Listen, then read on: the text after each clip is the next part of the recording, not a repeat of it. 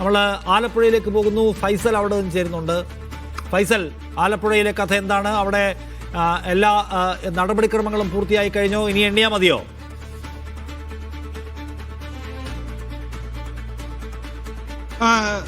നിഷാദ്, ഇതുവരെയും strong room തുറന്നിട്ടില്ല. 7:30 അല്പസമയത്തിനകം തന്നെ സ്ട്രോങ് റൂം തുറക്കും എന്ന് തന്നെയാണ് എന്നാണ് മനസ്സിലാക്കുന്നത്. ഇതുവരെയും നടപടിക്രമങ്ങളൊക്കെ നടന്നുകൊണ്ടിരിക്കുകയാണ്.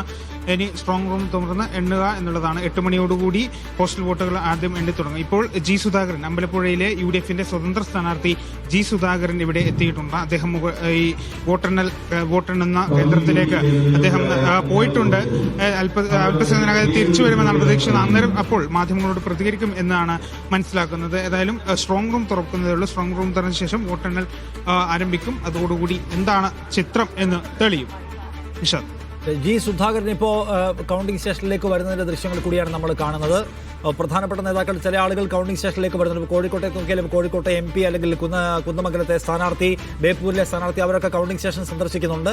ചില സ്ഥാനാർത്ഥികൾ കൗണ്ടിംഗ് സ്റ്റേഷനിലേക്ക് എത്തിയിട്ടില്ല. ആളുകൾ പലതരത്തിലുള്ള എൻഗേജ്മെന്റ്സിലാണുള്ളതെന്ന് കാണാം.